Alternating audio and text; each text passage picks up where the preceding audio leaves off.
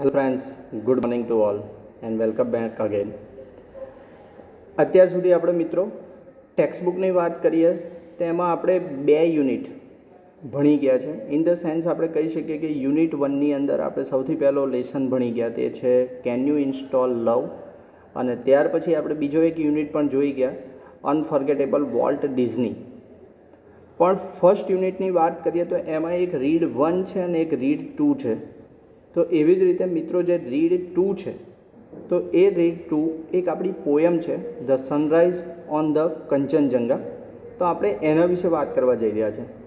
તો the sunrise on the Kanchenjunga, તો સૌથી પહેલાં કંચનજંગા છે શું?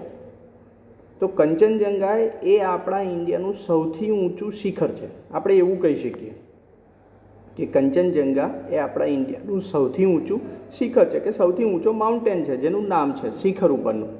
જેવી રીતે આપણે કહી શકીએ કે ભાઈ માઉન્ટ એવરેસ્ટ, તો સેમ એ જ કન્ડિશનમાં કંચનજંગા એ આપણા ઇન્ડિયાનું સૌથી ઊંચું શિખર છે. અને આ પોયમ લખનાર જે લેડી છે જેનું નામ છે એ ક્રિસ્ટીના, કે જેને આ પોયમ લખેલી છે તેનું નામ છે એ ક્રિસ્ટીના. તો આ પોયમની અંદર મિત્રો જે સવારનો સમય હોય છે, કોઈ પણ માઉન્ટેનની ઉપર જે સવારનો સમય હોય છે તેનું એક એક્સપ્લેનેશન આપવામાં આવ્યું છે કે ભાઈ એ સમયમાં સવારમાં ત્યાં આગળ જે કોઈ માઉન્ટેન છે તો તેની ઉપર કેવું આપણે કુદરતી દૃશ્ય હોઈ શકે છે. ઇન ધ સેન્સ કે કેવું કુદરતી દૃશ્ય હશે તે દર્શાવવામાં આવ્યું છે કે ભાઈ જ્યારે કંચનજંગામાં સવાર થતી હશે તો એ સમય ત્યાં આગળ કેવી પ્રકૃતિ પોતાનો અલગ અલગ રંગરૂપને બતાવતી હોય છે. આપણે ઘણી બધી વખત માઉન્ટેનમાં ફરવા ગયેલા હોઈએ છીએ, તો એ સમયની અંદર આપણે ઘણી બધી વખત આ ટાઈપના દ્રશ્યો જોઈને આપણા મનમાંથી એક હાસ કે એક એવું દ્રશ્ય, અત્યારે આપણે માઉન્ટ આબુ કે એવી કોઈ જગ્યાએ જઈએ તો આપણે ત્યારે જ્યારે સનરાઈઝ થતો હોય છે કે સનસેટ થતો હોય છે ત્યારે મોટે ભાગે આપણે કેમેરા લઈને કે આપણે એને જોવા માટે પહોંચી જઈએ છીએ. તો સેમ કન્ડિશન અહીં આગળ છે કે જ્યારે કંચનજંગા ઉપર સવાર થાય છે તો એ સવારમાં એ શિખર ઉપર કેવા પ્રકારનું કુદરતી દૃશ્ય સર્જાતું હોય તેનું ટોટલી વર્ણન આ પોયમની અંદર કરવામાં આવ્યું છે ક્રિસ્ટીના મારફતે. તો ચલો મિત્રો આપણી પોયમની શરૂઆત કરીએ કે સનરાઈઝ ઓન ધ કંચનજંગા. સૌથી પહેલો સ્ટેન્જા મિત્રો ધ્યાન આપો અહીં આગળ. The vapour rise, vapour in the sense કે વરાળ, કે વેપર મીન્સ કે વરાળ રાઈઝ થાય છે, મીન્સ કે વરાળ એ પર્વત ઉપરથી ઉપર ઊંચે ચડે છે કે to the morning skies, means કે મોર્નિંગ સ્કાઈઝ મીન્સ કે જે સવારનું આકાશ છે એની તરફ મિત્રો એ વરાળ ઊંચી ચડે છે. એટલે પહેલો જ પ્રશ્ન આપણો એવોય બની શકે છે ત્યાં આગળ કે where does the vapour rise, કે વેપર રાઈઝ થઈને ક્યાં જાય છે? તો કે ભાઈ ઇન ધ મોર્નિંગ સ્કાય, કે clad in a purple glory, means કે clad in a purple glory એટલે આપણે એવું કહી શકીએ કે જે બરફથી છવાયેલા જે શિખરો છે કંચનજંગાના, એ બરફથી છવાયેલા શિખરો ઉપર એક પર્પલ કલર છવાઈ જાય છે, કે મીન્સ કે હર હંમેશા એક પર્પલ કલર, કારણ કે જ્યારે સૂર્ય ઉગતો હોય ત્યારે તમને ખબર હશે સવારનું એક દૃશ્ય એ પર્પલ કલરને જન્માવે છે. એટલે કે એ બરફથી જે છવાયેલા શિખરો છે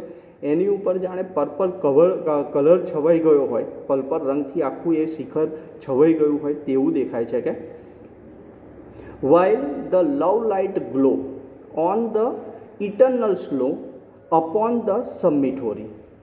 વાઇલ મીન્સ કે એ જ સમયે, મીન્સ કે જ્યારે સવારની વાત કરવામાં આવી છે એ જ સમયે આપણે છેલ્લેથી શરૂ કરીએ કે સમિટ હોરી એટલે સમિટ મીન્સ કે શિખર, હોરી એટલે જૂના પુરાણા. આપણે એવું કહી શકીએ હંમેશા પ્રાચીન જૂના. તમને હોરીનો સિમિલર વર્ડ પણ પૂછી શકે છે, સિનોનિયમ્સ, તો યાદ રાખજો હોરી મીન્સ કે એન્શિયન્ટ, તમે એવું કહી શકો છો, ઓલ્ડ એ પણ કહી શકો છો તમે. તો એ સમયે મિત્રો કે જે શિખરો બરફથી વર્ષોથી છવાયેલા છે, જેના ઉપર વર્ષોથી બરફ છવાયેલો છે એની ઉપર મિત્રો હંમેશા જે બરફથી છવાયેલા શિખરો છે એની ઉપર લવ લાઇટ ગ્લો કરી રહી છે. લવ લાઇટ ઇન ધ સેન્સ કે જે આપણે પર્પલ કલરની વાત કરી છે તે જ, પણ લવ લાઇટ મીન્સ કે પ્રેમ. પ્રેમ શબ્દ આવે એટલે આપણામાં એક ટાઈપની ઝંઝનાટી આવી જાય. આપણે એવું કહી શકીએ કે ભાઈ પ્રેમ શબ્દ આવે એટલે કોઈ પણ વ્યક્તિ એકદમ એ થઈ જશે.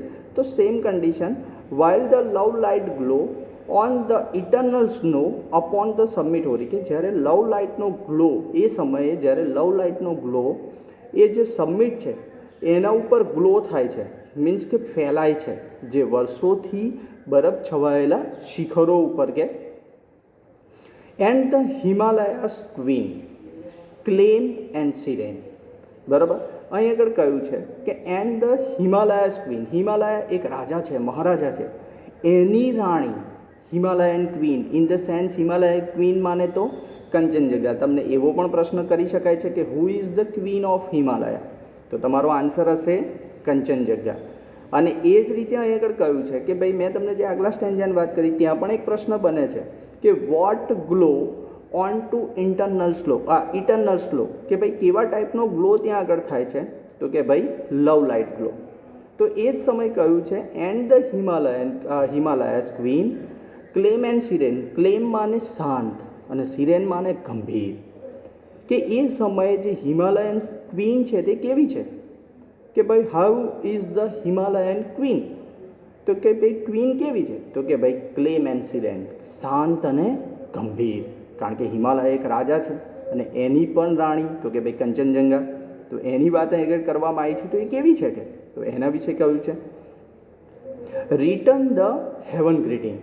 હેવન ગ્રીટિંગ કે જાણે એ સમયમાં સ્વર્ગનું અભિવાદન ઝીલી રહ્યા હોય કે અભિવાદન કરી રહ્યા હોય કે પાઠવે છે તે દર્શાવે છે કે જે હિમાલયન ક્વીન છે તે એકદમ શાંત અને ગંભીર છે, જે હિમાલયનું ઇન ધ સેન્સ કે જે સ્વર્ગનું અભિવાદન ઝીલી રહી છે, કે ભાઈ વેલકમિંગ કરી રહી છે, એવું પણ આપણે કહી શકીએ છીએ મિત્રો. ત્યાર પછી જુઓ in drops of white bathed in the golden light where earth and sky are meeting. કે in drops of white, drops means કે વસ્ત્રો, આપણે એવું કહી શકીએ ક્લોથ. આ પણ એક મિત્રો યાદ રાખજો કે તેણે કેવા પ્રકારના વસ્ત્રો પહેર્યા છે, તો ખાસ યાદ રાખજો વ્હાઇટ. કેમ વ્હાઇટ કયા? કારણ કે એ જે શિખરો છે કંચનજંગાના એ ટોટલી વ્હાઇટ કલરના બરફથી છવાયેલા છે, કે જાણે વ્હાઇટ કલરના વસ્ત્રો પહેર્યા હોય. તમને ખબર હશે ક્રિશ્ચિયનની અંદર જ્યારે મેરેજ થતા હોય છે ત્યારે કોઈ પણ છોકરી એ વ્હાઇટ કલરનો ટોટલી પોશાક પહેરેલો હોય છે અને એની એ પાછળ ખાસો એનો ડ્રેસ લાંબો હોય છે, જેને એક બે છોકરીઓ એને હેન્ડલ કરતી હોય છે. તો સેમ કન્ડિશન છે કે જે હિમાલયન ક્વીન છે આપણી, તેણે વ્હાઇટ કલરના વસ્ત્રો પહેરેલા છે, કે bathe in golden light. Bathe in golden light in the sense કે જ્યારે સવારમાં સૂર્ય ઉગે છે ત્યારે તમને ખબર હશે જ્યારે એનો સૂર્યપ્રકાશ હોય છે તે યલો કલરનો હોય છે, એટલે અહીં આગળ કહ્યું છે બાથ ઇન ગોલ્ડન લાઇટ. જાણે સૂર્યપ્રકાશના જે સૂર્યપ્રકાશ છે એની અંદર એ સ્નાન કરી રહી છે, બાથ કરી રહી છે, કે where earth and sky are meeting. અને એ કઈ જગ્યા ઉપર, કે જે જગ્યાએ અર્થ અને સ્કાય એ મીટ થતા હોય, મીન્સ કે મળતા હોય. આપણે એને હોરિઝોન પણ કહી શકીએ છીએ મિત્રો, હા હોરિઝોન્ટલ, કે જે જગ્યાએ અર્થ અને સ્કાય મીટિંગ કરે છે, ઇન ધ સેન્સ કે મળે છે. સામેની બાજુ મિત્રો ધ્યાન આપો. And the morning dues. Morning dues એટલે કે ઝાકળના ટીપા. ખાસ ધ્યાન આપજો મિત્રો, અહીંથી થોડોક સ્ટેન્જા થોડોક અઘરો છે સમજવા માટે, ધ્યાન આપજો મિત્રો આગળ. And the morning dues, dues means કે ઝાકળ, ઝાકળના ટીપા. આપણે તમને ખબર હશે શિયાળામાં ખાસ તમે કોઈ ગાર્ડનની અંદર કે ગમે તે ગયા હશો કે ઇનકેસ આપણા ઘરની બહાર આપણું કોઈ વ્હીકલ કે એની ઉપર ઝાકળના ટીપા બાજી જાય છે, તો સેમ કન્ડિશન અહીં આગળ કહી છે કે એ સમયે મોર્નિંગની અંદર, સવારની અંદર જે ઝાકળના ટીપા છે તેની વાત કરી છે. એન્ડ મેલોહ્યુ એટલે એકદમ ભીની રંગની છટાઓ, મીન્સ કે એક જાતનો આપણે એવું કહી શકીએ મેલોહ્યુસ મીન્સ કે અલગ અલગ રંગના છાંટાઓ આપણે કહી શકીએ છીએ, બરાબર, જે એકદમ મધુર હોય છે, એકદમ મીઠા હોય છે, તો એ ટાઈપના. અને ત્યાર પછી એક ધ્યાન આપો, paint her cheeks with the fairy fingers.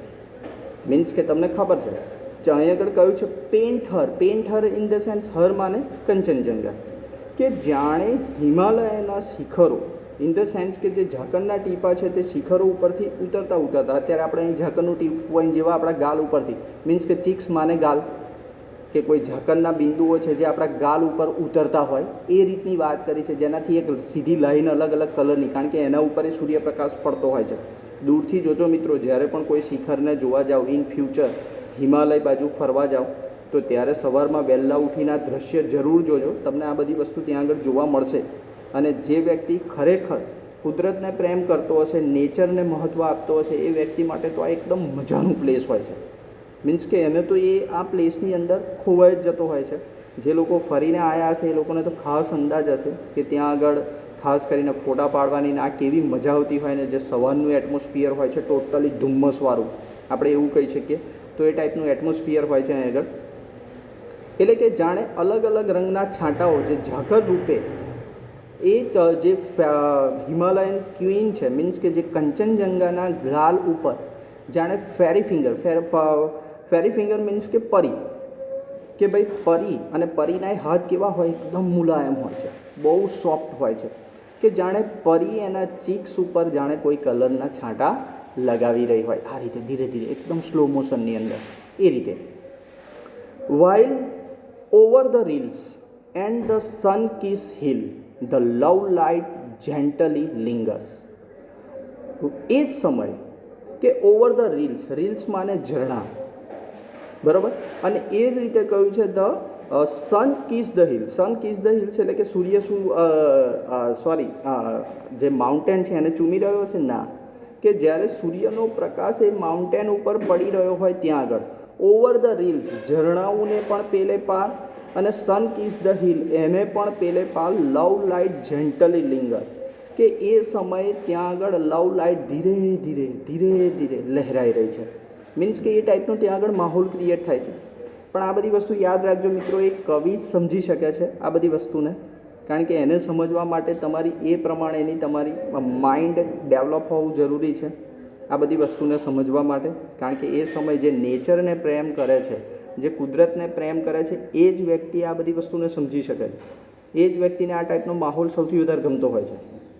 એટલે આ તો કવિ છે, કેવા કેવા વસ્તુઓને એણે કઈથી વિચારીને આ રીતની બનાવી દીધી પોયમ જે કંચનજંગા. આપણે તો જીવનમાં કોઈ દિવસ એના ઉપર જવાના નથી, બરાબર, પણ તોય વિચારો કવિએ કેટલું જબરજસ્ત એ કંચનજંગાનું વર્ણન કરેલું છે અહીં આગળ. બહુ સમજવા જેવી વસ્તુ છે કે ભાઈ કવિ કેવી જગ્યાએ પોતાના મનની આંખોથી પહોંચી જતો હોય છે અને આ ટાઈપનું સર્જન કરતો હોય છે. એટલે બહુ મહત્ત્વની વસ્તુ છે આ poem. The love light gently lingers means કે ત્યાં આગળ લવ લાઇટ ધીમે ધીમે લહેરાઈ રહી છે કે. And the breaking day in the sense કે આપણે એવું કહી શકીએ કે ભાઈ ડે બ્રેકઆઉટ ક્યારે થતો હોય કે જ્યારે સન ઉગવાની શરૂઆત થાય, જ્યારે કંચનજંગા ઉપર જ્યારે સન ઉગવાની શરૂઆત કરતો હશે, રાઇઝ થતો હશે, તો એ બ્રેકિંગ ડે હોય છે સવારમાં વહેલો.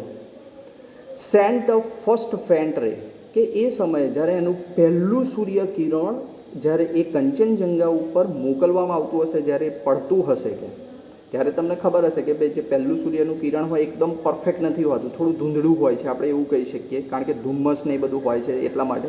કે સેન્ડ ધ ફર્સ્ટ ફેન્ટ રે કે જ્યારે એની ઉપર ફર્સ્ટ ફેન્ટ રે પડે છે of loves અનડાઇંગ send the first faint રે ઓફ લવ્સ અનડાઇંગ ફાઉન્ટેન. જાણે એ સમયે જ્યારે પછી જે સૂર્યમાંથી જે કંઈ કિરણો જે કંઈ પ્રકાશ પડે છે જાણે એવું લાગે છે આ લવનો એવો પ્રકાશ છે, આ લવનો એવો ફુવારો છે જે કદી મરવાનો નથી, અનડાઇંગ, જે મરી ના શકે એવી વસ્તુ અહીં આગળ કહેવામાં આવી છે. કારણ કે ડેલી સવારની અંદર મોર્નિંગની આ વસ્તુ ત્યાં આગળ કંચનજંગાના શિખરો ઉપર બનતી હોય છે કે એટલે અહીં આગળ આ બહુ સૌથી મહત્ત્વની વસ્તુ કહે છે of loves અનડાઇંગ fountain. Fountain means કે આપણે એને ફુવારો કહી શકીએ છીએ કે જ્યારે આ રીતની લાઇટ ત્યાં આગળ પડતી હોય છે. અને અહીંયા પણ એક પ્રશ્ન જનરેટ થઈ શકે છે મિત્રો, how is the fountain of love?